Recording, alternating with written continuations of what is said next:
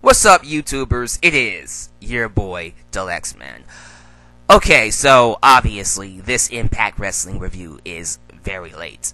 Well, not very late, but it's late. The reason why this is up so late is simply because my schedule has gotten really hectic. I've been working. Thursday, I was way too tired to finish the show. I fell asleep midway through the show, and I decided that, of course, when I come home Friday after work, that I would finish it. And I did finish it. The problem is, I was too tired to film because of working.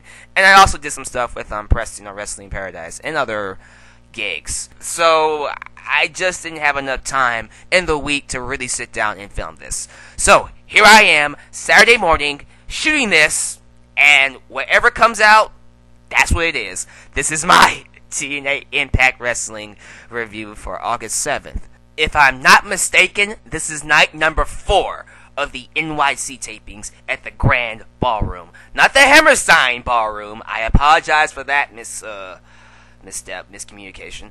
But the Grand Ballroom. I think it's the same building but different part of it, whatever the case. In terms of this show, it was standard. It was decent. It was not groundbreaking. It wasn't great, which to me is what TNA needed to do, but it was sit through easily. Obviously, if you sit down and watch it, you're going to enjoy some stuff. And I will say, it was better than Raw. If that makes a lot of you TNA fans giggle inside.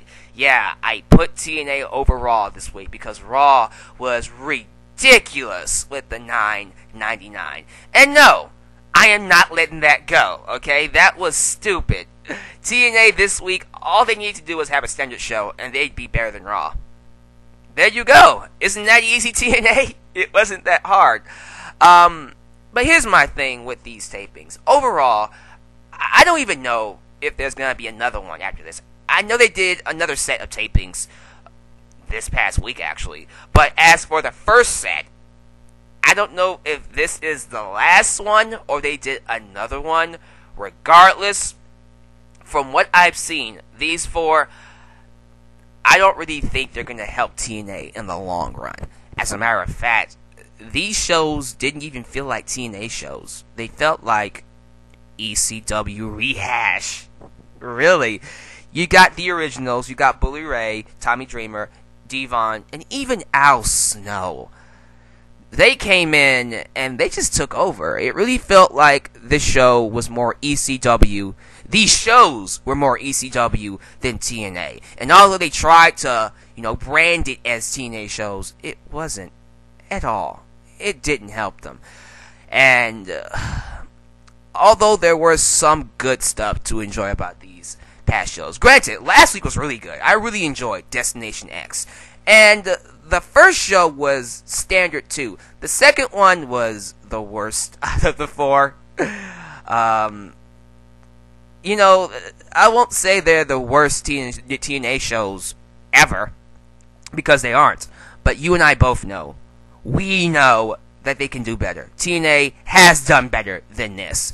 And they surely needed to knock it out of the park, and they did not these past 4 episodes. Maybe they will in the next set, but unfortunately I won't be around to review them, and I'll tell you why at the end of the video. But let's get into this week's show. I believe we had Bram versus Abyss in a Monsters Ball match, and this is their second one, if I'm not mistaken, right? This is their second Monsters Ball match, right? Let me know down below. Maybe it's their first, and then the first confrontation was a hardcore match. I don't know. But I'm assuming this is the second one. I liked it. It was the standard run-of-the-mill hardcore match. You had trash can lids, you had blood, you had thumbtacks, you had Abyss chokeslamming people on the tacks, you had Bram spearing Abyss through a barbed wire table, and that was nice. And then the ending with Janice. That was so fake. Bram took Janice and hit Abyss in the nuts with him, the spiked 2x4. It looked fake. Very fake. I would prefer the spear through the barbed wire table as a finish. That was actually pretty cool. But that's how we ended it, and I think Bram won.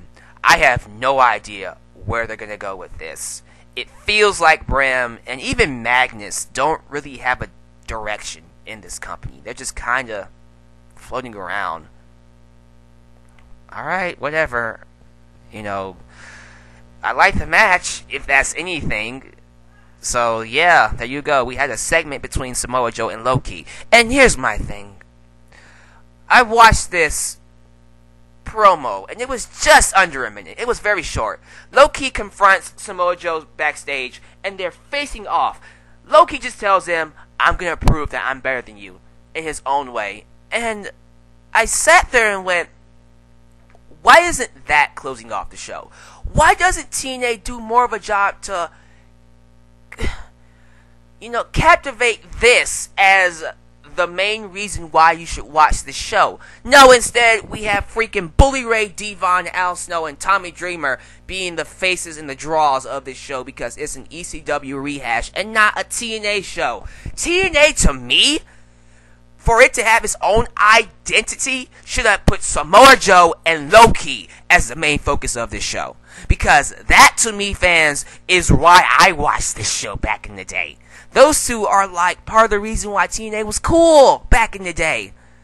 But no, instead we have freaking Bully Ray, Tommy Dreamer, whatever, ECW.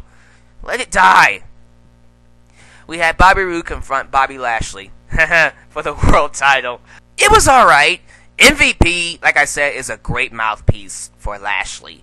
And Bobby Roode is one of TNA's best talents. And when you have MVP and Roode on the microphone, you're going to get at least a decent segment. And that's what this was. Bobby Roode wants a title shot against Lashley. And they beat him up because he wants a title shot against Lashley. Then we had EY and I think Austin Aries come out. Yeah, those three come out to make the save, and I think we're going to get them next week. Alright. There you go. Moving on to the next one. We got the Bromans versus Anderson, Gunner, and Samuel Shaw. Bromans being Robbie E., DJ Zima Ion, and the other guy. I don't even remember. Jesse Garters. Yeah, there you go. Those three. And it was a match. I quite frankly didn't care about it. I don't care about anything these six men are doing. Don't like the Bromans. That's a terrible gimmick. That's stupid. Anderson, Gunner, and Samuel Shaw, I have no idea what's going on with them. Whatever is going on with them, I'm just not interested. I'm just not. I don't care. I don't, So, yeah, that match was just whatever. We got the 8-man hardcore weapons war match where one person from each team will come out after a certain period of time with a weapon. This was alright. Again, like the first match, you had some blood, you had some hardcore stuff going on, and I think Team ECW won. I don't remember much from the match. I just remember that it was alright. That's all I can really say. Guys, there's not much to say about these matches because nothing really happened. They're just run-of-the-mill stuff. I think, like I said, Team ECW won, and they called out Dixie, and Dixie's all like, "You will never put me through a table." And that was that. And then Angelia Love versus Velvet Sky versus Gail Kim versus Taryn Terrell was announced for next week. And then a Jessica Havoc promo came up. And it's like, wow, now you decide to bring in a new knockout when you're on the verge of possibly going out of business. Alright, I hope you do well with her. The stuff with Sonata and James Storm to me is... You got Sonata backstage with James Storm. He's trying to motivate him. He slaps him. And then Sonata just bows to him like he's his master. And it's like... What are you guys doing? This makes no sense. This is so stupid.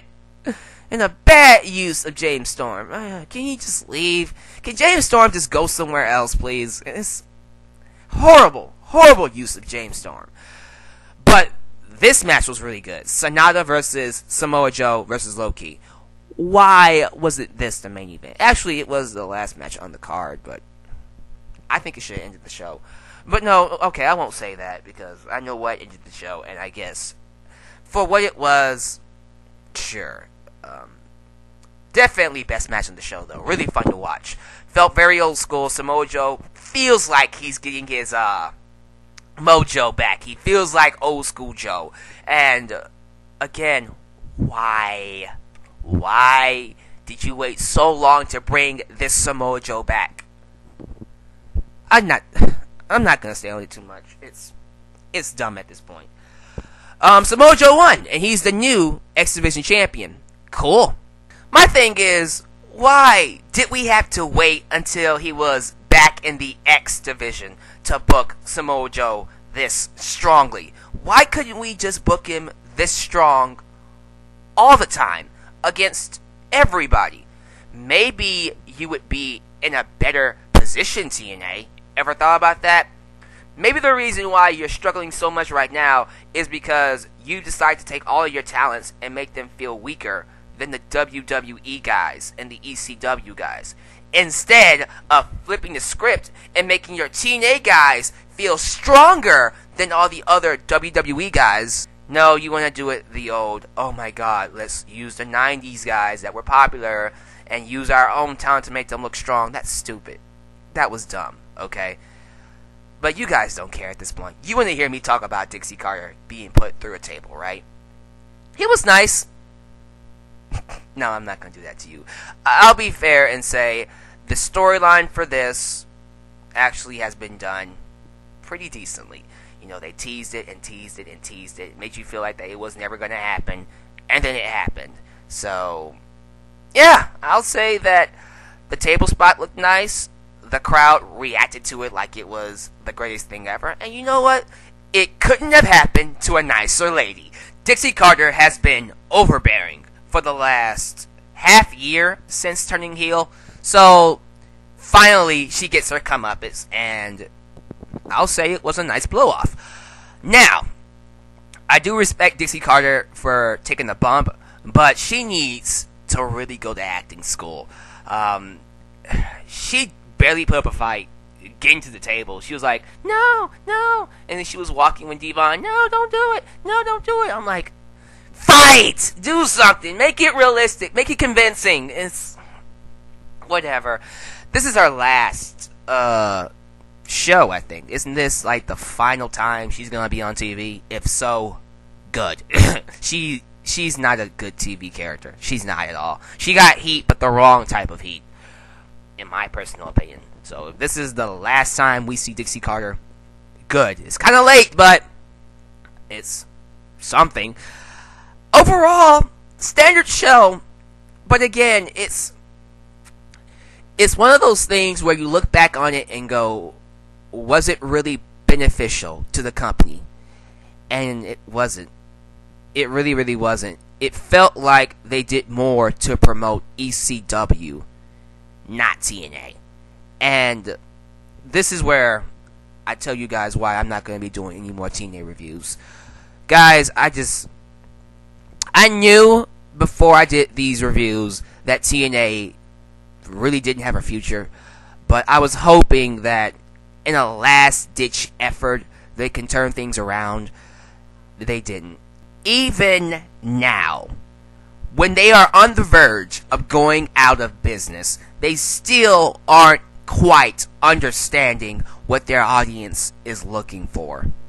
Their audience is going to watch them regardless, but I really don't think financially and business-wise, period, that they're putting on the shows they need to put on. And I'm sorry, for me, I love nostalgia. I love the 90s. I love all these guys. I like Team 3D, the Dudley Boys. I like the Hardys.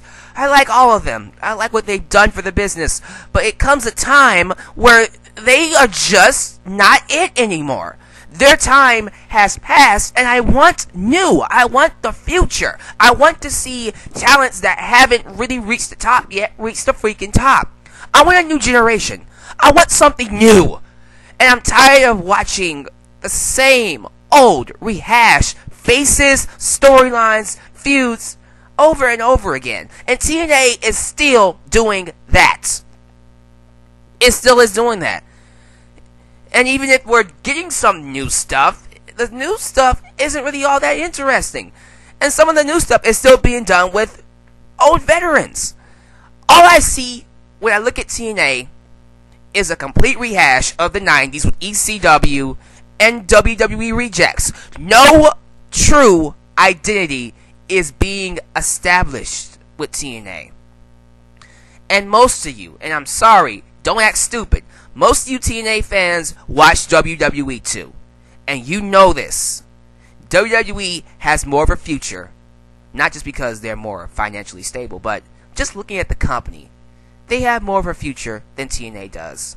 Even if WWE, although they kinda are, but even if they were struggling financially, I just turn on Raw and I see Seth Rollins, Dean Ambrose, Roman Reigns, I see the Usos, I see Bray Wyatt, I see, oh my god, it's too many, Summer Rae, new faces. I see Hogan from time to time, but he's not all over the show. It's the new guys, I want to see stuff like that. I get more of that with WWE, NXT, ROH, other companies, not TNA. And that's why, fans, this is my last review for the NYC tapings. I don't see TNA changing. I don't think they're going to change. I don't think if I turn on Impact next week that I will get something different. I won't. Because TNA doesn't want to be different. Even on their deathbed, they don't want to change. And they most likely won't until, I don't know. I don't even see them changing if they get their TV deal back with Spike TV. Well, they didn't lose it yet, apparently. But if they keep it, I don't see it changing. If they go to another network, I don't see it changing. I think this is it. So, you guys can enjoy TNA. You guys can check out Schlag Daddy and freaking Full Killer and Andre Corbeil, who doesn't like me, whatever the case, dude, I don't care. I don't know. You guys go watch other TNA reviewers. Not me. I'm going to focus on the future. That being NXT. That being WWE. That being other wrestling promotions. Maybe I'll focus on GFW if it comes up. But for TNA, I don't see it. I really do think this is the end for this company. Is it the end officially? No. But, like I said, in January, this company is a sinking ship. And by October, if it doesn't have a TV deal, hey, you guys decided not to listen to your fans. And look where it got you.